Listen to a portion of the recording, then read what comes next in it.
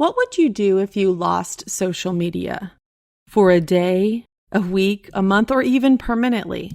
Let's assess how vulnerable our businesses really are and make sure we take action towards a strong, healthy marketing channel that makes us sustainable no matter what happens.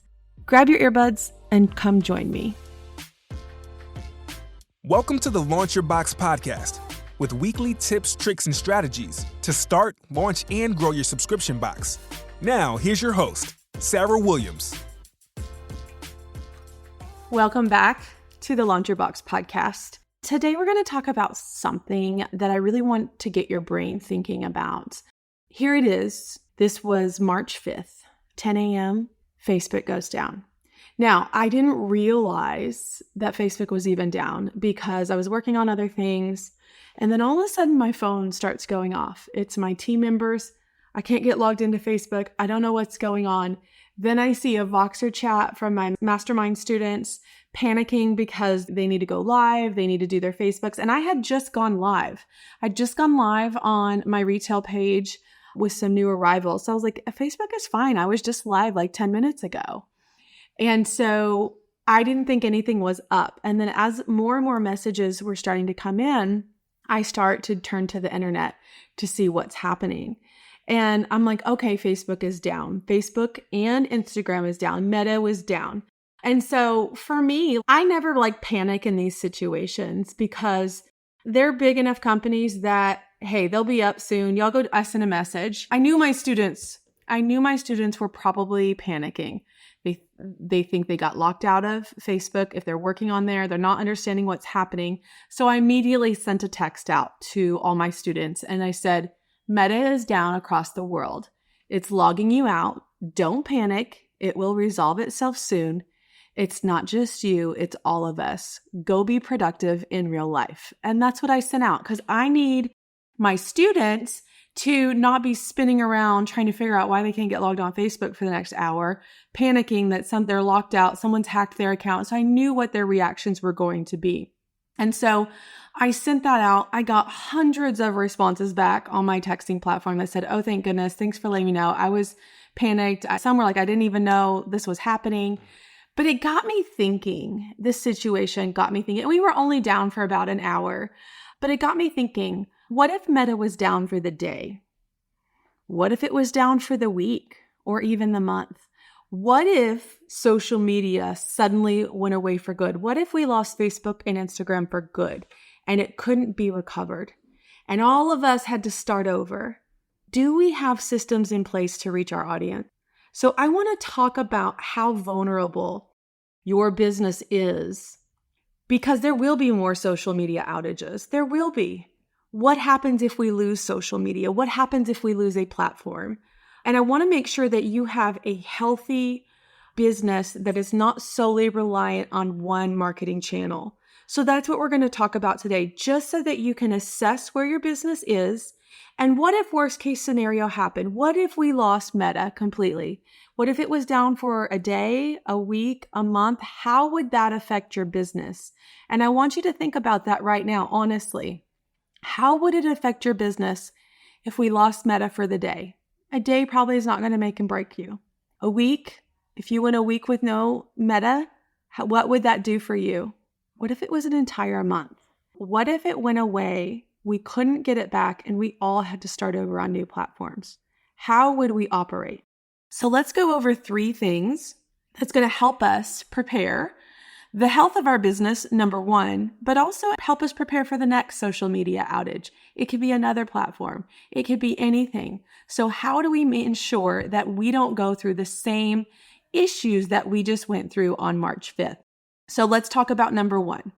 Are you diversified on your social media platforms? If you are only on Meta, so if you only are on Facebook and Instagram, and that went away, how would you market? Where would you post? Where would you talk to your audience? How would you show up? So let's make sure we're on something else because we don't want to put all of our eggs in one basket. Like we're building a house on rented land, on land that's not ours. And so when we think about building our business on Facebook and Instagram, those are great. And don't get me wrong, I still believe social media is one of the best places that we can market and grow our businesses. I love social media.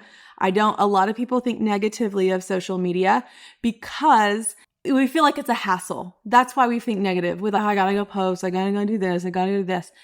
We didn't have those opportunities before Facebook and Instagram. We didn't have the ability to target our perfect person before social media. So I don't want you to look a gift horse in the mouth here. And I really need you to understand that our businesses are thriving and growing rapidly because of social media. So we have to put our eggs in different baskets. If we're only on Facebook and Instagram right now, that's a problem. We need to be diversified. So we got to get on something else. Maybe that's TikTok. Maybe that's YouTube. Maybe that's Twitter. Maybe that's Pinterest. Whatever that other platform is that is not owned by Meta, that's what we need to do. And we need to be actively building that following. We can't just say, oh, I set up my account on TikTok and never post on TikTok. Because if things go south with Meta again, we have to make sure our audience is over there. So we have to be actively building a following on another platform that is not owned by the same company. So I want you to think about the diversification of the platforms you're on. If you're only on Facebook and Instagram, let's get a third platform. If you have a platform outside of Meta, what are we actively doing to build that following? It's not good enough just to have it. We got to get our people over there. Okay. So that's number one. I want you to be diversified in your platforms. Number two, your email list. How easy is it to send an email when we've been building our list year round? But the problem is, what I see, especially from our newer entrepreneurs, is that we don't understand the power of our email lists. And so we aren't actively building our list year round.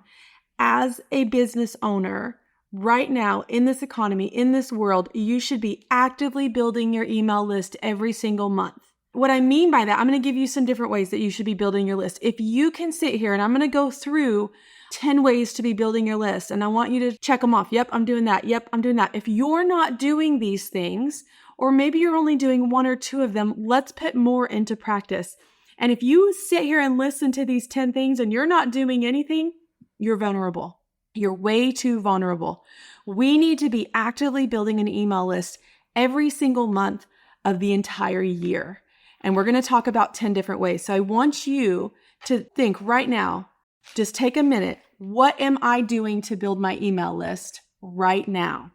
And if you don't know the answer to that, then we got work to do. Okay. So let's talk through 10 ways that you can build your email list. Number one, add a pop-up to your website. You've got to have a pop-up on your site where you can be capturing email lists at all times. Number two, create an opt-in on your website with a way to serve your audience. Give them more information about something. Maybe it's a box opening with a freebie. Maybe it's additional information like a style guide or a free printable to go with your home decor box, a checklist to go with a beach theme box, tips for caring for your pet with your pet box.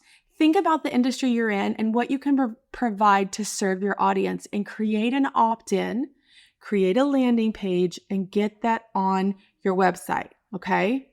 Number two, run a giveaway. Great way to build your list, especially when you're new, and quarterly list building as you are a more seasoned box owner. Running a giveaway is constantly going to fill your list. Number four, post a lead magnet on social media. So a lead magnet could be that opt-in that we talked about in number two. It could be a free printable to go with your home decor box. So I can post that on social media. I can run ads to that. And everyone that's interested in that printable is going to go and get that freebie from my website, and they're going to give me their email address. So post that lead magnet on social media and run ads to it, pulling people into your list. You can do this with ebooks, checklists, gift with purchases. Like there's so many ways to do that. Okay. Number five, this is super easy. And if you don't have this one done, you can do it today, but you need an add an email opt-in at checkout. You know, those little boxes that check to say, would you like to be added to our email list? We have it automatically checked, but they can uncheck it. But this is how you capture people who buy from you, but may not be on your email list. Number six, create a fun quiz that requires an email address to get their results. Make it something that your audience really wants to share, like something fun and entertainment. It doesn't always have to be serious. So think about how you can create a fun quiz. Number 7, offer a discount or a free gift. Use this carefully to prevent training people to only shop with you when you have a sale or a discount. But we see this all the time. I was at Home Goods. I don't know where I was at. I was at one of those stores, and I saw this sign out of the corner of my eye that says, get 15% off your first order by joining our email list. You know what I did? I went over to their website, I joined their email list, and I got my coupon, I bought my things, and I checked out. Now I'm on their list. Now I'm getting regular emails from them. So offer a discount or a free gift. Number 8, host an event or a workshop. A free or low dollar offer works great, especially if you're like in the DIY space or crafting. Think about this when I offer coaching week. It's a low dollar offer, and all of those people are opting in to get my emails at that point. So when you host a workshop, a boot, some kind of free or low dollar offer, you're going to build your list that way too. Number 9, tease sneak peeks or get exclusive behind the scene content with an opt-in. So you could put like a sneak peek and it's all blurred out, and you could have them drop your email to get to reveal the sneak peek of the next box. It really is fun and it creates a sense of exclusivity. So you could do that for opt-ins as well. And number 10, get in front of new audiences. Collaborate with other brands, businesses, influencers maybe, who have the same customer but sell different for a joint giveaway or a way to serve each other's audience, and you create this pool of people opting in. I have a group in my mastermind, and they do this thing called Jingle and Mingle, and they opt in and they share that email list, and everyone knows that they're opting in for this group. But these are 10 ways that you can build your email list. Add a pop-up to your website, create an opt-in on your website, run a giveaway, post a lead magnet on social media and run ads to it, add an email opt-in at checkout, create a fun quiz that requires an email opt-in, offer a discount or a free gift, host an event or a workshop, tease sneak peeks or exclusive behind-the-scenes content, and number 10, get in front of new audiences. So I hope that helps you. Maybe you felt stuck in a way of trying to build that list and you're not sure what you should be doing. You could do any one of these, but the key is doing it all year round. So you could do one for a couple months, do something else. Like you want to be list building all year round. Do not stop. Never stop audience building. Never stop list building. It should always be in your business as something that you are regularly doing, just as if you were packing subscription boxes every month. You should be list building every month. So don't stop doing that. All right. So we talked about diversifying your platforms. We talked about constantly growing your email list. And number 3, text messages and SMS. Because I had thousands of my audience members on a text list, I was able to reach them immediately. And that's powerful. So I was able to reach my students immediately to tell them what's going on. That was a way that I served my audience. And so that was something that I could do, but I could also sell to my audience through text messages and SMS. If Facebook or Instagram was down for longer than a day, or longer than an hour, like if it was half the day or longer, I probably would have sent out a text to my framed list and said, missing social media? Don't worry, here's a discount code to go shop on my website, or here's a free gift with your purchase of $100 or more today in my shop. I could use it to my advantage because I have the text list. I could text it out. I could also email that out if I wanted to. So how are you actively building your text list every single month? The great thing with Klaviyo is using it as an email CRM is that it also has built-in SMS right there with it. So all those 10 ways that I talked to you about building your email list, you could build your SMS text list with it as well. So they could opt in with both their phone number and their email, and bam, they're on both lists for you. So think about that. How are you actively building that text list? Because if we lost social media for any period of time, we want to make sure we're diversified. We want to make sure we have a strong, healthy email list. And another way to do that is creating that text list. I know because of the hundreds of responses I got on my text list from my students, how much they appreciated me serving them in that way. And I didn't get anything from that. I didn't sell anything from sending them a heads up. But you know what I got? I gave them reassurance that everything was okay. Stop spinning your wheels and just go do something productive, and it'll be back up soon. And if it's not, I had a way to communicate with them. Hey, it looks like Facebook is going to be down for a little bit longer. How are we going to work this? And I would have given them these tips. Go get on TikTok, go get on YouTube, send out an email. Let's drive sales and interaction in another way. And I would be able to communicate that to them and help them through whatever this time period looked like, because I had access to them. I had access to them on texting. I had access to them on YouTube. I had access to them in my email list. And so I want you to think about how you have access to your customers if something were to happen. When things like this happen, luckily it was a short period of time. And if you didn't know, you didn't even know because it was such a short window. But it opens our eyes to the weaknesses in our businesses. And so what I want to do is encourage you to build your business to weather whatever storm comes our way. We saw that in 2020 with a worldwide pandemic. We've seen it periodically as platforms have gone down for periods of time, but we got to be smart about it. We're building healthy, long-lasting, sustainable businesses. And that's what I want. That's what I want for you guys. So think about those 3 things, and let's not be too vulnerable if we lost social media today. Make sure you subscribe to the Launch Your Box podcast.